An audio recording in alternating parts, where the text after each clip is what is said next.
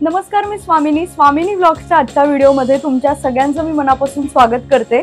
आजच्या व्हिडिओमध्ये आपण सनफ्लॉवर कॅनव्हास पेंटिंग करणार आहोत। यासाठी मी एक असा छोट्या साईजचा कॅनव्हास घेतलेला आहे। तुम्ही कॅनव्हास पेपर सुद्धा वापरू शकता। सगळ्यात पहिल्यांदा मी ग्रीन ॲक्रेलिक कलरनी आधी बेस तयार करून घेणार आहे आणि याच्यामध्ये मी थोडासा येलो कलर किंवा थोडासा लाईट ग्रीन कलर पण तुम्ही ॲड करू शकता आणि खूप छान असा प्लेन बेस पहिल्यांदा करून घ्यायचा आहे। त्याच्यानंतर सेंटरला मी आधी ब्राऊन कलर देऊन घेतलेला आहे, जसं तुम्हाला व्हिडिओमध्ये दिसतंय त्याप्रमाणे, आणि थोडासा त्याच्यामध्ये मी डार्क ग्रीन ॲड केलेला आहे आणि त्यानंतर येलो ॲक्रेलिक कलर वापरून मी सनफ्लॉवर काढायला सुरुवात करणार आहे। इकडे मी राऊंड ब्रश वापरलेला आहे 3 नंबरचा।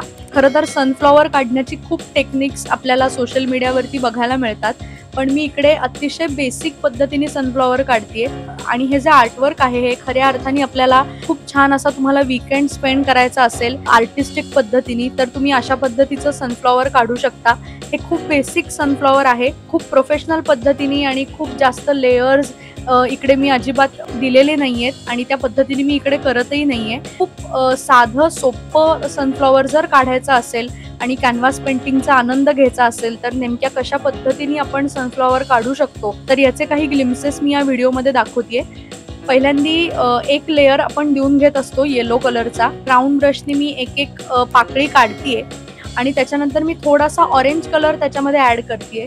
तो वाळल्यानंतर परत एकदा त्या ऑरेंज कलर वरती येलो कलर आपल्याला द्यायचा आहे।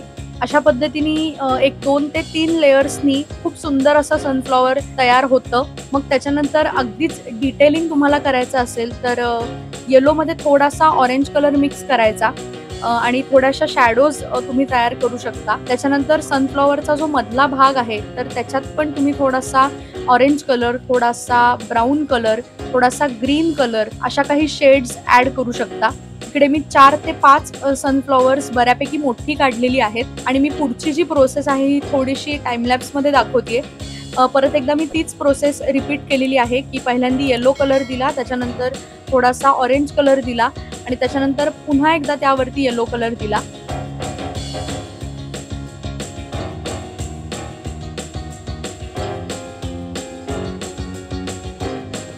आता जी मधली ग्रीन कलरची जी गॅप दिसतेय तिथे आपल्याला छोट्या छोट्या साईजची सनफ्लॉवर्स काढायची आहेत।